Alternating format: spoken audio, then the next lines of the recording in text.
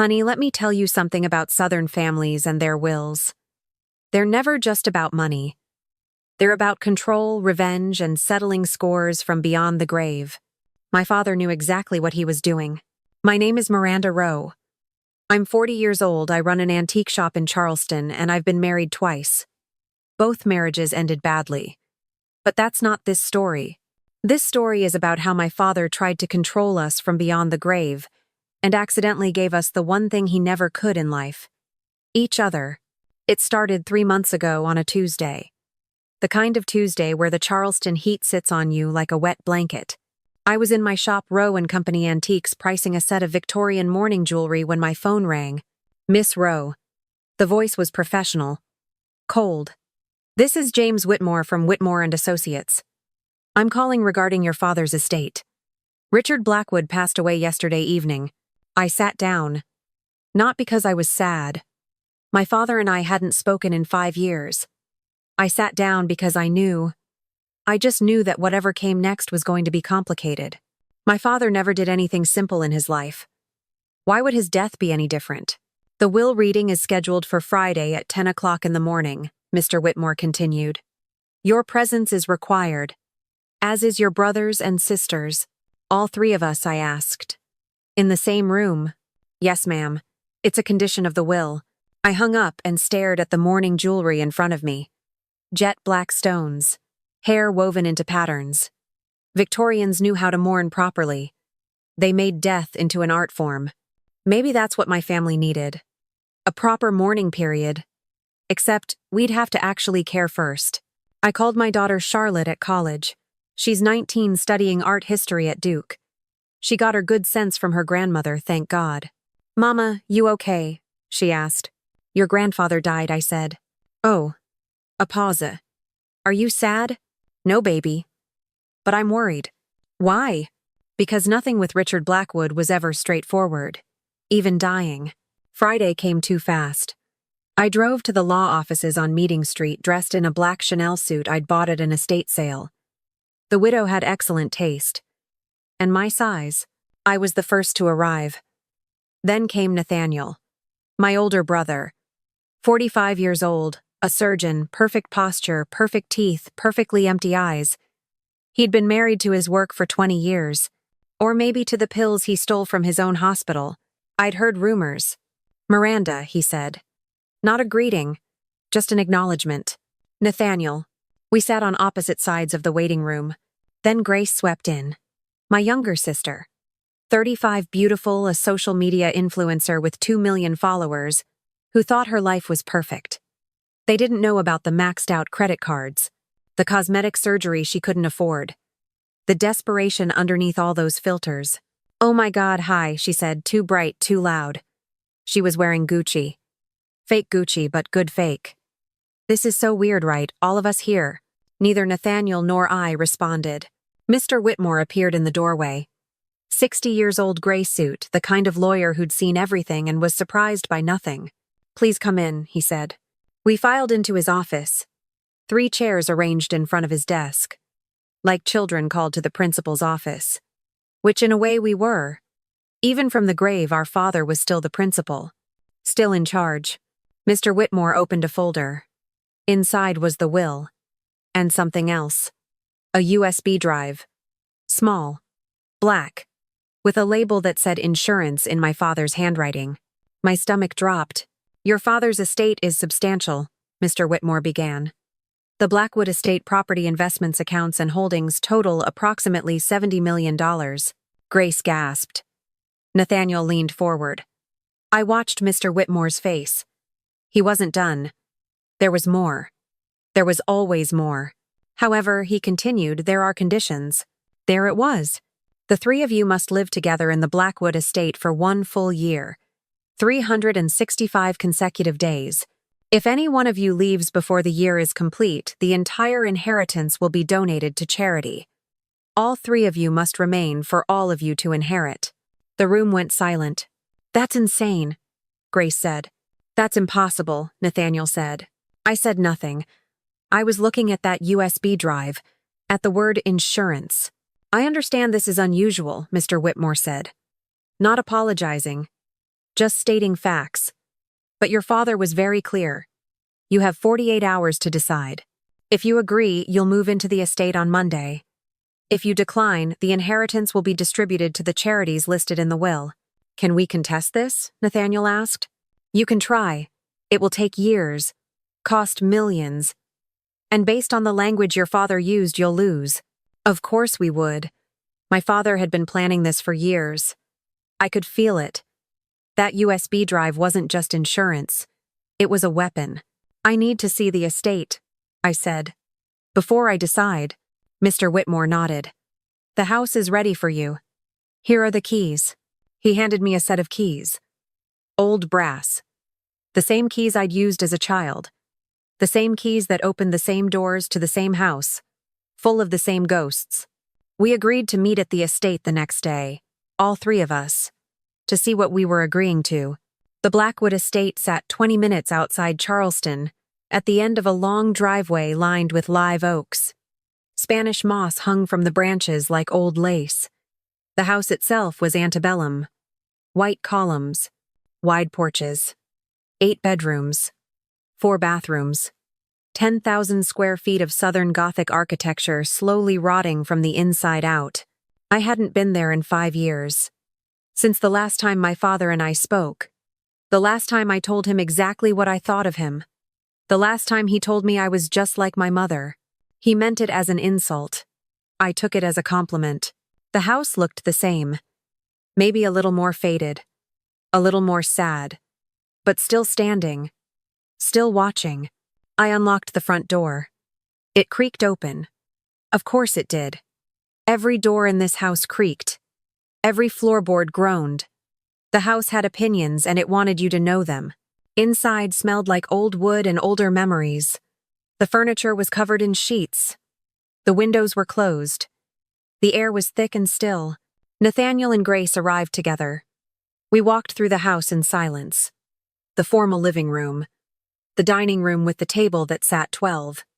The kitchen with appliances from 1980. The library with walls of books no one had read in decades. Then upstairs. Our old bedrooms. Mine still had posters on the walls. A teenager's room preserved like a museum. Nathaniel's was empty. He'd taken everything when he left for college and never brought anything back. Grace's was pink. Aggressively pink. Like she was trying to make the house happy. This is a mausoleum, Nathaniel said. It's home, Grace said softly. It's a prison, I said. And Daddy made sure we'd all be locked inside together. So we say no, Grace said.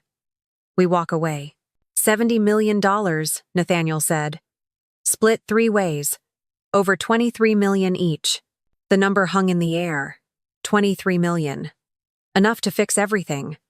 Nathaniel's addiction and debt. Grace's failing influencer career. My daughter's future. My freedom. 1 year, I said. 365 days. I'm in, Nathaniel said. Grace looked at both of us. Then nodded. Okay. Me too. Then we do this, I said. We live together. We survive each other. We get the money. And then we never have to see each other again. Everyone agreed. We moved in on Monday. I took my old room. It felt wrong. Like wearing clothes that didn't fit anymore. But I unpacked anyway. Clothes in the closet. Books on the shelf. Pictures of Charlotte on the nightstand. Nathaniel took the master bedroom. Our father's old room. That should have been the first warning sign. Who voluntarily sleeps in a dead man's bed? Grace took the room with the best light. For her videos. She was already planning content. Living in my family's haunted estate for a year would play well with her followers. The first week was awkward. We avoided each other. Ate at different times. Stayed in our rooms. The house was big enough that we could go days without crossing paths. But I couldn't shake the feeling that something was off. The house felt different. Not just empty of father different, but watched. Like someone was always looking. Always listening. I'd walk into a room and feel eyes on me. Turn around and see nothing. Hear footsteps above me when I knew I was alone. See shadows move in the corner of my vision. I told myself it was just the house settling. Old houses do that. They creak and groan and make noise. It doesn't mean anything. But then 2 weeks in, I found the camera. I was redecorating my room, taking down the old posters, pulling back the curtains to let in light. That's when I saw it. On the ceiling, hidden in the smoke detector. A tiny lens, barely visible. But there, my blood went cold. I stood on the bed and unscrewed the smoke detector. Inside was a camera. Small, expensive, recording everything. I checked the other smoke detector. Another camera. The electrical outlets. Cameras. The bookshelf. Camera hidden behind a book spine. My room was wired. Completely wired. Every angle covered. I walked downstairs, my hands shaking. Found Nathaniel in the kitchen making coffee. "We have a problem," I said. 20 minutes later, all three of us were searching the house. We found cameras everywhere. In every room. Every hallway. Every corner. Dozens of them. Maybe hundreds. The living room. Cameras. The kitchen. Cameras. The bathrooms. Cameras in the vents. Even the basement had cameras pointing at the storage areas. "What the hell is this?" Grace whispered. She looked sick. "Surveillance," Nathaniel said. He was examining one of the cameras. Professional grade. Motion activated. Wireless. These cost thousands of dollars each. "Daddy was watching us," I said. "All this time. Every time we visited, he was watching." "But why?" Grace asked. I looked at Nathaniel. He looked at me. We both knew why. Because our father was a controlling, manipulative man who needed to know everything, who trusted nothing and no one, who saw his own children as subjects to study and catalog and file away. "We need to find where the recordings are stored," I said. "His study." Of course. The one room we hadn't been able to enter. The door was locked with a deadbolt that wasn't on the key ring Mr. Whitmore had given us. Nathaniel kicked it open. The wood splintered. The door swung wide. Inside was a command center. 3 monitors. A massive computer tower. Hard drives stacked in a server rack. Thousands of hours of storage. I turned on the computer. No password. My father wanted us to find this. Wanted us to see. The desktop had folders. Organized by name. Nathaniel. Grace. Miranda. And then another folder. Labeled Incidents. I clicked on my folder. Inside were hundreds of video files. Dated. Time-stamped. Organized by location. I opened one at random. Security footage from the living room. From 3 years ago. Christmas. I was sitting on the couch talking on the phone. To my lawyer. About my second husband. About the divorce. About things I'd never told anyone. My father had recorded everything. I opened another file. From 5 years ago. Me in the kitchen. Late at night. Crying. After my mother's funeral. Alone. Or so I'd thought. Grace made a sound. A choked sob. She was looking at her screen. At videos of her in her room. Filming content. Then deleting takes. Then crying. Then calling her plastic surgeon. Then crying again. Nathaniel had gone pale. Whatever he was watching, he'd stopped breathing. "Turn it off," I said. "All of it. Turn it off." We shut down the computer. Sat in my father's study in silence. The 3 of us. For the first time in years, truly together. United by violation. "He watched us," Grace whispered. "Recorded us. For years." "The question is why," Nathaniel said. "And what he planned to do with it." I thought about the USB drive. The one labeled insurance. The one Mr. Whitmore had shown us at the will reading. "I think we're about to find out," I said. That night, Grace got an email. No sender name. No signature. Just a video attachment and a message. "Leave the estate in 48 hours. Or this goes public." The video showed Grace. In her room. 2 years ago. On the phone with a brand representative. Faking outrage. Faking tears.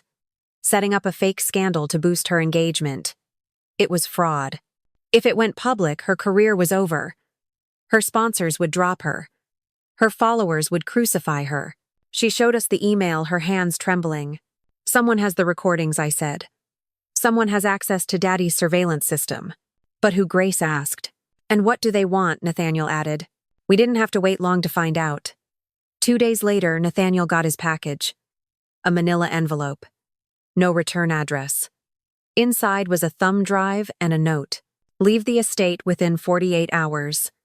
Or this goes to the medical board. The video showed Nathaniel in the hospital. In the pharmacy. Pocketing bottles of prescription painkillers. Filling out fake prescriptions. Stealing. The timestamps went back 2 years. Multiple incidents. Irrefutable evidence. If the medical board saw this, he'd lose his license, his career, everything. Nathaniel stared at the screen, his face gray. My God. Someone is trying to make us leave, Grace said. One by one. But if one of us leaves, we all lose the inheritance, I pointed out. So why target us individually? Maybe they don't want the inheritance to happen at all, Nathaniel said. That's when my package arrived. Same manila envelope. Same thumb drive. But the note was different. I know what really happened to your second husband. Leave now. Or everyone else will know too. My heart stopped. My second husband. David. The one who died 4 years ago. The one whose death was ruled an accident. The one whose insurance paid for Charlotte's college fund. The one I'd killed. It wasn't murder. Not really. It was self-defense. He'd been drunk. Violent. Attacking me. I'd pushed him. He'd fallen down the stairs. Broken his neck. I'd called the police. Told them what happened. They'd believed me. But the video on the thumb drive showed something different. It showed me at the top of the stairs. Watching. Waiting. Letting him bleed out for 10 minutes before I called for help. 10 minutes that could have saved his life. It wasn't murder. But it looked like murder. And in a court of law, that's all that mattered. I closed my laptop. Looked at my siblings. They were watching me, waiting. We're all compromised, I said quietly. Someone has all of Daddy's recordings. And they're using them to destroy us. What do we do? Grace asked. I stood up. Walked to the window. Outside, the live oaks swayed in the wind. The Spanish moss danced. The house watched. We find out who I said. Before they make good on their threats. We started investigating. Going through my father's study. Looking for clues. For any indication of who else might have access to his surveillance system. That's when I found his journal. Hidden in a locked drawer. The key was taped to the underside of his desk. Obviously, he'd wanted someone to find it eventually. I flipped through the pages. My father's handwriting. Dates. Notes. Observations about his children. Cold. Clinical. Like we were specimens. October 15th, I read aloud. Nathaniel visited. Noticed pills missing from my bathroom. Confronted him. He denied everything. Must verify. March 3rd. Grace posted video with new handbag. She claimed it was a gift. Research shows retail value $12,000. She's lying about her finances. Investigate further. June 8th. Miranda's daughter called asking for tuition money. Miranda told her to call her father. Miranda is too proud to ask for help. This will be useful. I felt sick. My father hadn't just been watching. He'd been collecting intelligence, building files, preparing for something. But what? Nathaniel was flipping through other pages. Listen to this. Must protect the legacy. The 3 of them are too damaged, too selfish. They'll destroy everything. The 4th heir must be prepared. She's the only one who understands what family means. The 4th heir, Grace, looked confused. There's only 3 of us. I kept reading. Found an entry from 6 months before my father's death. Elena is ready. She knows everything. She's been watching them too. Learning. Preparing. When I'm gone, she'll have the proof. The insurance. She'll test them. If they pass, they deserve the inheritance. If they fail, she'll know what to do. Elena. The name rang a bell. Distant. Buried in childhood memory. Who's Elena? Grace asked. I closed my eyes. Remembered. A woman who used to work at the estate. The housekeeper. She'd been there when we were children, always in the background, always quiet, always watching with dark eyes. The housekeeper's daughter, I said slowly. She used to live in the carriage house. She was a few years younger than me. Daddy paid for her school. I thought he was just being charitable. He wasn't being charitable, Nathaniel said grimly. He was grooming a successor. I kept reading through the journal. The pieces fell into place. Elena wasn't just the housekeeper's daughter. She was my father's daughter, his illegitimate child, the result of a 20-year affair with the housekeeper. My father had never acknowledged her publicly, never put her in the will, never gave her the Blackwood name. But he'd watched her, trained her, taught her everything about surveillance and control and manipulation. And when he died, he'd given her access to everything. All the cameras, all the recordings, all our secrets. She's our sister, I said. Our half-sister. And she's the one blackmailing us. We found her address in my father's files. An apartment in North Charleston, 20 minutes away. We drove there together, all three of us, united for once. I knocked on her door. No answer. I knocked again. I know you're in there, Elena, I said. We need to talk. The door opened. Elena stood there, 37 years old. Beautiful. Dark hair. Dark eyes. My father's eyes. Miranda, she said. Not surprised. She'd been expecting us. Come in. Her apartment was small, clean, organized. On the wall were photos. Old photos. Of her as a child at the Blackwood estate. Always in the background. Always watching the three of us play. Always alone. You know why we're here, I said. I do. She gestured to the couch. Saturday. She remained standing. In control. You're the one sending the threats, Nathaniel said. Using our father's recordings. Our father, Elena corrected. He was mine too. Even if he never admitted it. The words hung in the air. Our father. Our. He left you the recordings, I said. Gave you access to everything. He gave me a job, Elena said. To test you. To see if you deserved the inheritance. Or if you're as selfish and damaged as he always said. So you're blackmailing us to make us leave? Grace asked. I'm giving you a choice, Elena said. Leave now, walk away clean, and I'll delete everything. Or stay, fight for the money, and watch your lives burn. Either way, I win. Why? I asked. Why do you hate us so much? Elena laughed. Bitter. Cold. Hate you. I don't hate you. I envy you. Do you know what it's like to grow up watching 3 children have everything while you have nothing?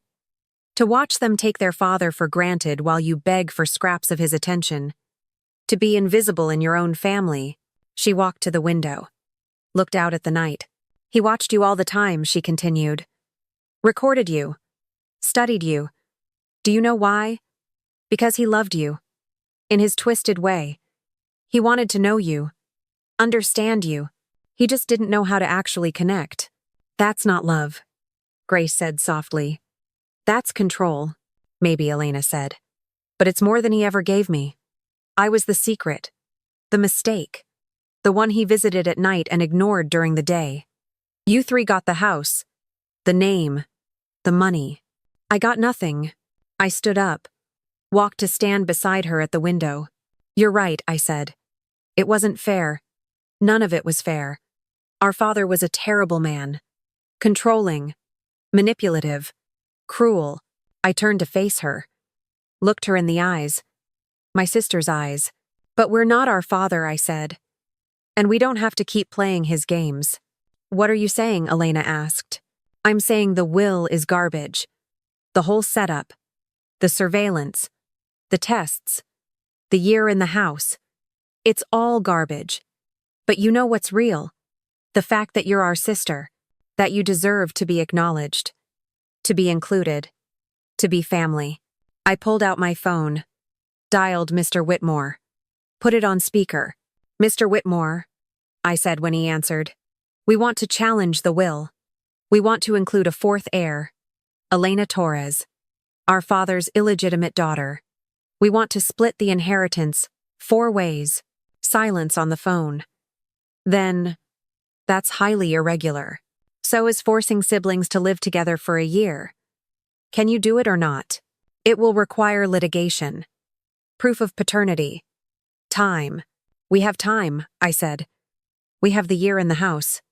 And Elena has our father's records. I'm sure they include proof. I looked at Elena. She was staring at me. Stunned. Why would you do that? She whispered. Because you're right, I said. It's not fair. And because maybe, just maybe, Daddy actually did one thing right. He brought us together. All 4 of us. His 4 children. He just did it in the most twisted way possible. I looked at the clock on Elena's wall. 11:45. We had 15 minutes before midnight. 15 minutes before Elena's ultimatum expired. So here's my offer, I said. You come live at the estate with us. All 4 of us. For the year. We challenge the will together. We split everything 4 ways. We actually try to be a family. Not because Daddy forced us to, but because we choose to.